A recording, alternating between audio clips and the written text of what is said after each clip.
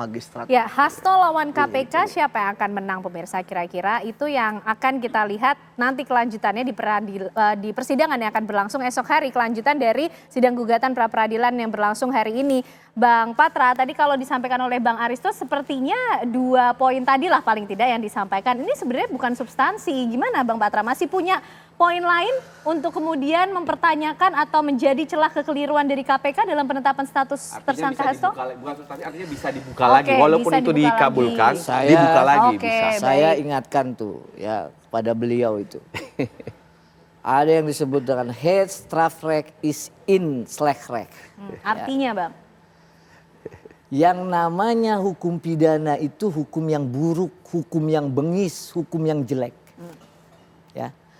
Bayangkan kalau hukum pidana ini di tangan orang-orang yang menabrak norma. Bahaya kita nih, hak asasi manusia nih semua. Maka dalam tradisi hukum ya Anglo-Saxon sejak abad 18, saya bilang tadi 1792 ya, ditetapkanlah ada namanya prosedur koreksi. Prosedur pengawasan yang dilakukan oleh pengadilan terhadap siapa? Terhadap penyidik-penyidik yang begini nih. Sekali lagi proses dan yang namanya produk itu sama penting. Kalau prosedurnya itu katanya itu hanya prosedural, ya nggak usah panggil orang pakai surat, bawa aja ke kantor. Yang kedua apa bahayanya? Kita mengajak masyarakat, masyarakat, ini ada seorang sekjen partai, pemenang pemilu, dibegitukan.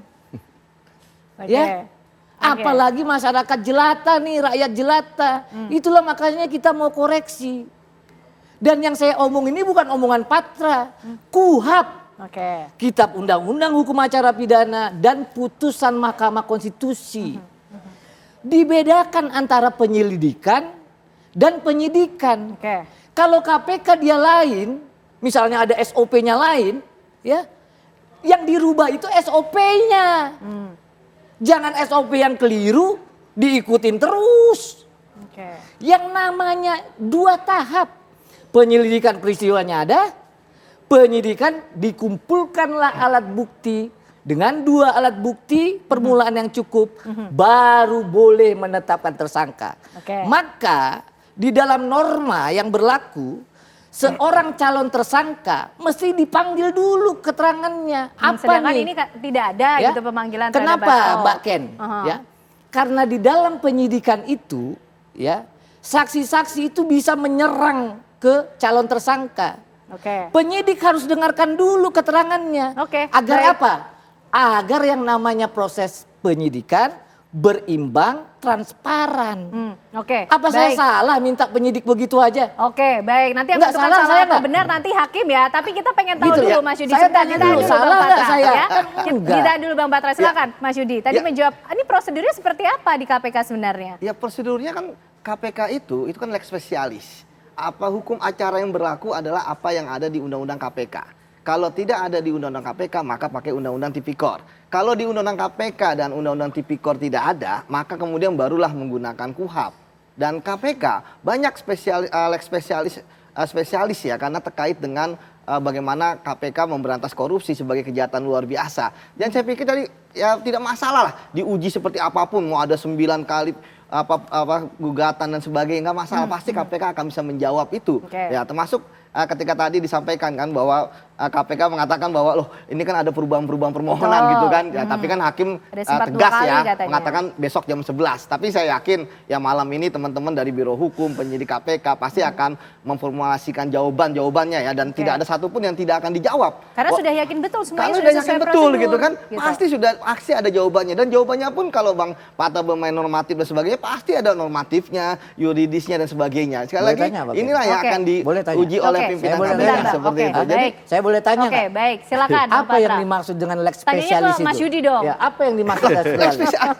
Ya kan undang-undangnya lebih khusus KPK. Saya karena ada tindak di pidana dalam, korupsi. nah makanya saya tanya, di dalam undang-undang KPK pasal berapa yang mengatur hukum acara?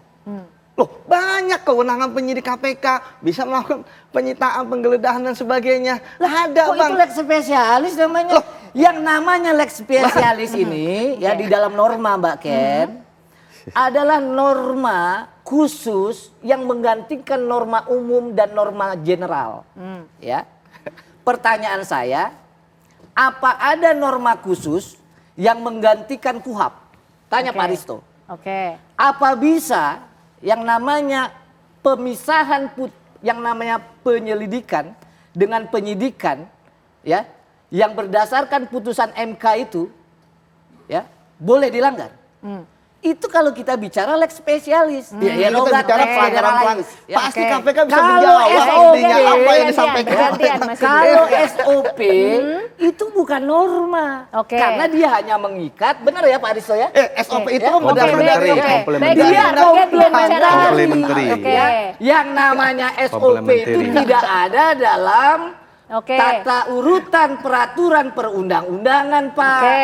Kalau dia Baik. tidak ada dalam tata urutan peraturan perundang-undangan, Oke. maka dia bukan norma. Oke, baik, Bang Tidak Patra, berlaku ditahan dulu. asas yang namanya pengecualian dalam lex spesialis. Oke, coba kita tanya suhunya SOP dulu. itu lahir Oke, dari ditahan, mana? Mas Didi. Dari Oke, dia ditahan dulu. enggak. Ditahan Bang Patra, Mas Didi ditahan. Coba, sekarang gantian Bang Aristo. Lex spesialis, Oke, lex makanya generalis jangan- ya. Karena ini supaya Jadi- pemirsa juga tahu apa yang terjadi Jadi sebenarnya. persoalannya gini, pertama penyelidikan dan penyidikan itu adalah bagian dari bahasa sederhananya adalah mau menginvestigasi. Oke. Itu loh ya. KPK atau polisi ini mau menginvestigasi. Dibagi dua, penyelidikan dan penyidikan. Penyelidikan itu ngapain? Penyelidikan itu cari faktanya. Ini tindak pidana atau bukan? Ini ada kejahatan nggak? Ya, peristiwa pidana. Iya, ada jahatnya nggak?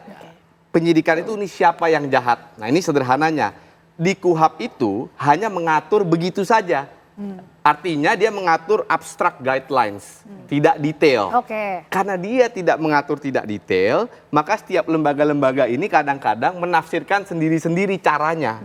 Misalnya saya kasih tahu, di Perkap itu kadang-kadang Bang, Perkap manajemen Kapolri itu, dia tulis penyelidikan adalah bagian dari penyidikan. Boleh. Ditulis, Oke. artinya dia menerjemahkan penyelidikan bagian dari penyidikan. Oke. Nggak ada masalah. KPK, Oke, baik, ditahan, Bang KPK juga melakukan itu. Kalau saya lihat penyelidikan bagian dari penyidikan, makanya kadang-kadang dia memakai bukti-bukti yang pada saat penyelidikan dipakai di penyidikan. Makanya sprindiknya suka ada langsung ada namanya. Nah kira-kira argumentasinya Bang Patra tuh gini, wah kalau penyidikan itu baru dimulai, kok sudah ada namanya? Betul. Kok Anda sudah tahu dia jahat padahal Anda belum menyelidiki? Oke. Nah kalau kata KPK pasti ngomongnya, oh saya sudah selidiki kok. Kan saya udah periksa-periksa sebelumnya di bagian di penyelidikan.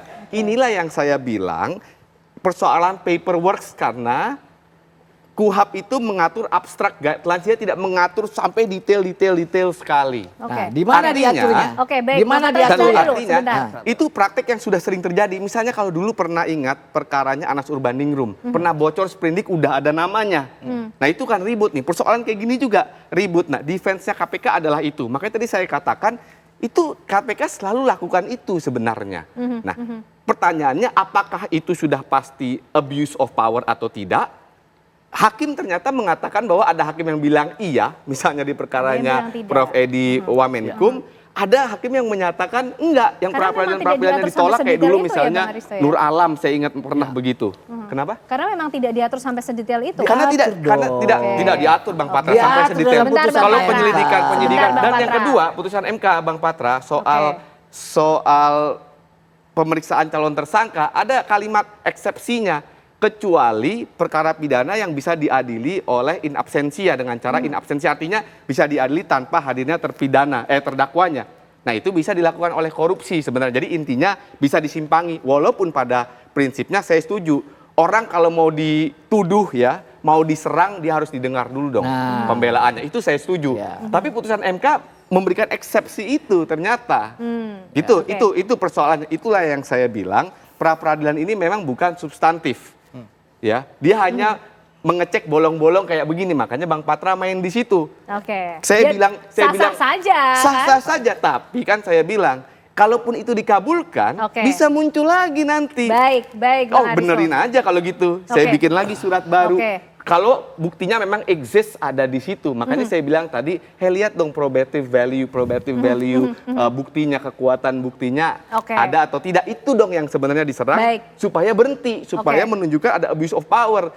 Lo nggak punya bukti, kalau dakwa sekjen partai pemenang pemilu legislatif. Gitu. Baik, Mas Yudi gimana? KPK kemudian menempatkan bukti-bukti yang ada dengan sebegitu kuatkah sehingga nanti bisa memberikan jawaban-jawaban dari celah-celah yang coba diangkat oleh timnya Bang Patra dan kawan-kawan? Ya harusnya kuat ya, karena tentu ketika KPK menaikkan status seseorang ya dari misalnya saksi menjadi tersangka ataupun itu pasti mereka sudah minimal mempunyai 2 alat bukti yang cukup. Entah itu ada keterangan saksi gitu kan, entah itu petunjuk, entah itu kemudian dari ahli. Jadi saya pikir kalau untuk material ya KPK pasti sudah yakin. Tapi kan ini adalah formil. Benar yang katakan oleh Bang Aristo bahwa saya sudah mengalami ya, ada kalah juga, menang banyak gitu ya. Artinya ini memang berbeda-beda, nggak ada pakem. Sehingga kemudian ketika hakim kemudian mengalahkan kita, itu kita hanya bisa mempelajari kenapa kita kalah.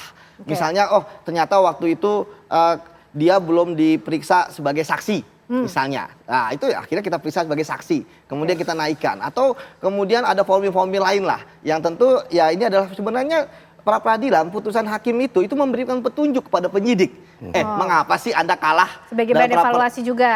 Dan kemudian penyidik lah yang kemudian melakukan itu. Kayak 2 putusan yang kemarin KPK kalah terkait dengan Prof Edi. Ya kemudian juga Gubernur Kalsel Maman Birin. Itu kan memberikan kepada KPK misalnya terkait dengan Prof Edi kan KPK harusnya pakai sprindik umum dulu. Seperti itu yang pertama. Kemudian yang kedua kepada Maman Birin. Ya bahwa dia belum diperiksa. Dan sampai saat ini yang menarik KPK belum berhasil memeriksa Maman Birin. Jadi gimana mau naikin tersangka? Kan begitu. Jadi bagi saya ya kita tinggal tunggu aja. Ini kan cepat waktunya ya 7 hari. Kita lihat ketika dikabulkan seperti apa, kemudian ketika ditolak seperti apa. Jadi pikir pasti KPK punya manajemen risiko lah terkait dengan itu. Seperti itu Mbak Ken. Bang Patra nampaknya KPK sudah cukup optimis juga kok, saya siap mau juga untuk memberikan dalam kesempatan ini Anda Mbak Ken nih ya. Itu yang dimaksud dengan pengembangan perkara. Kan kita sering tuh dengar ya, pengembangan perkara. Ini bukan baking soda ngembangin roti nih. Artinya apa yang disebut pengembangan perkara? Contoh, dalam putusan yang sudah dilaksanakan tahun 2020, itu sudah jelas nih bilang, menimbang bahwa berdasarkan fakta hukum, maka ada kerjasama yang erat. Siapa yang kerjasama erat? Wahyu Setiawan, Agustian Natio, ya, Saiful Bahri, Harun Masiku, serta Doni Tri Istiqomah. Doni Tri Istiqomah disebut di sini. Maka boleh dilakukan sprindik. Kenapa? Karena disebut di dalam yang namanya putusan pengadilan. Ternyata Doni itu kerjasama dia dengan Wahyu Setiawan, Agustian Natio, Saiful Bahri. Itu yang disebut pengembangan perkara. Karena pada saat dipersidangkan dia belum jadi terdakwa. Namanya disebut ternyata fakta yuridis menyatakan bahwa Doni terlibat. Itu yang disebut pengembangan. Tetapi kalau dalam putusan itu tidak disebut, sudah 2 putusan, tidak boleh. Makanya juga dalam permohonan pra peradilan kita, ini kalau dibiarkan begini, ini ada yang namanya potensi nebis in idem ini melanggar. Orang disidang 2 kali atas perlakuan, ya, atas peristiwa, atas perbuatan, ya, yang sama. Jadi saya nggak ada yang namanya bantahan sekalipun bahwa boleh dilakukan pengembangan, boleh. Makanya sering saya bilang pengembangan itu kalau ternyata tidak disebut. Ternyata muncul dia di persidangan, ada pelaku lain, ada kerugian lain. Tapi kalau nggak disebut Pak, itu namanya nyari-nyari. Baik, kita tunggu ya nanti bagaimana pengembangan perkara. Tadi sudah jelaskan cukup komprehensif ya dengan Bang Aristo. Nanti sedikit kita aja sebenarnya. Singkat, Idem itu kan singkat. melekat kepada subjek. Potensinya Oke, baik. itu loh. Baik. Coba abang Potensinya. undang-undang ICCPR. Kalau disebut, Oke, baik. ya itu boleh dikembangkan. Oke, baik. Tapi kalau nggak disebut jangan disalah-salahin. Oke, ada potensi, ada optimisme, kemudian kepada ada juga. subjek. Nah, di sini Oke, betul nah melekat nanti kita kepada akan subjek. lihat bagaimana yang akan Iya. terjadi esok Bukan hari objek. pemirsa ya di persidangan yang akan berlangsung di Pengadilan Negeri Jakarta Selatan, di mana agendanya KPK ini akan menjawab apa yang menjadi poin-poin petitum dari Hasto Kristianto yang sudah disiapkan oleh Bang Patra dan juga teman-teman. Kita tunggu besok Bang persidangan bagaimana berjalannya. Terima kasih Bang Patra, Bang Aristo, Siap, Mas Yudi terima malam kasih. hari ini sudah Terima kasih. berdiskusi mengenai apa Luar yang biasa sudah seru. berlangsung sejauh ini, luar biasa seru. Dan pemirsa